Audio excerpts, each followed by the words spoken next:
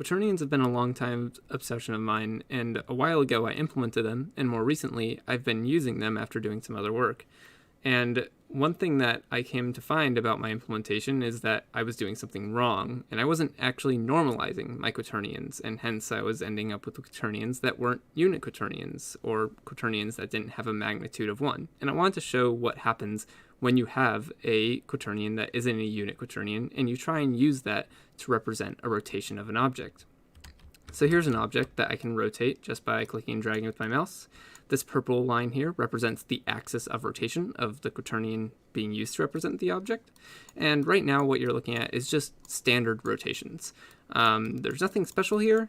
It's just normal rotations as you'd expect them to look.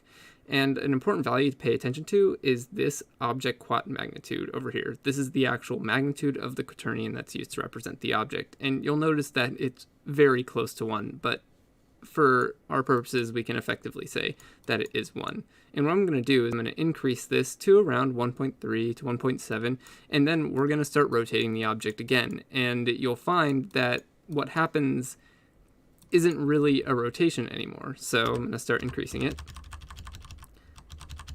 And I think that should be good. And this should really demonstrate what happens when you use a non-unit quaternion to rotate an object. And very quickly you see that this is no longer a rotation at all. It's some other weird transformation that's completely different. Some of it is kind of scaling it, some of it is rotating it for sure. It also looks like it's getting skewed.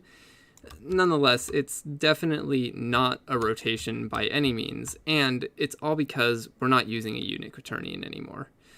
It's completely dependent on the fact that we need to use a unit quaternion in order to accurately represent rotations. And when we don't have a unit quaternion, well, this shit happens, and you end up with things that aren't really rotations anymore. And it is kind of fun to look at, just to see what are the effects of breaking the traditional rules that we set, and finding out why we set those rules.